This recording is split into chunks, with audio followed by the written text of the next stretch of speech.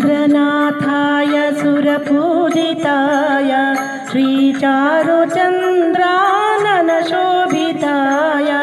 श्रीवीतरागाय प्रबोधिनाय जीवात्मपालाय जितमन्मथाय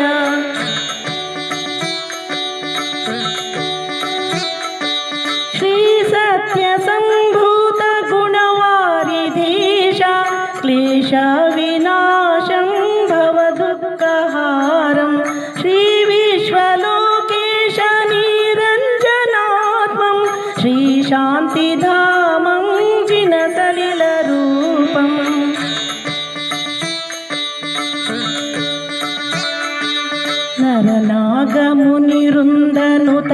नरनागमुनिवृन्दनुतपादपद्मं कैवल्यराजाधिपवासुरात्मं जगदैकशूरं घनमोहदूरं त्रैभुवननयनं श्रीमुक्तिकान्तम्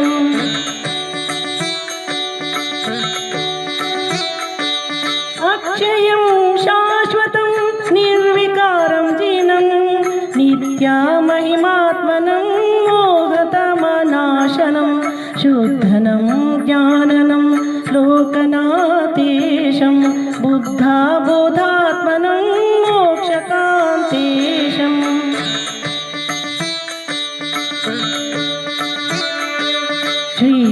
श्रीचन्द्रनाथाय सुरपूजिताय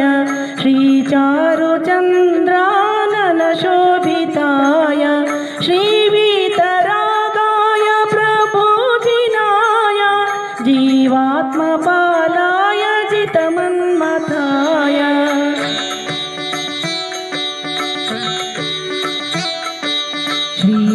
श्रीचन्द्रनाथाय सुरपूजिताय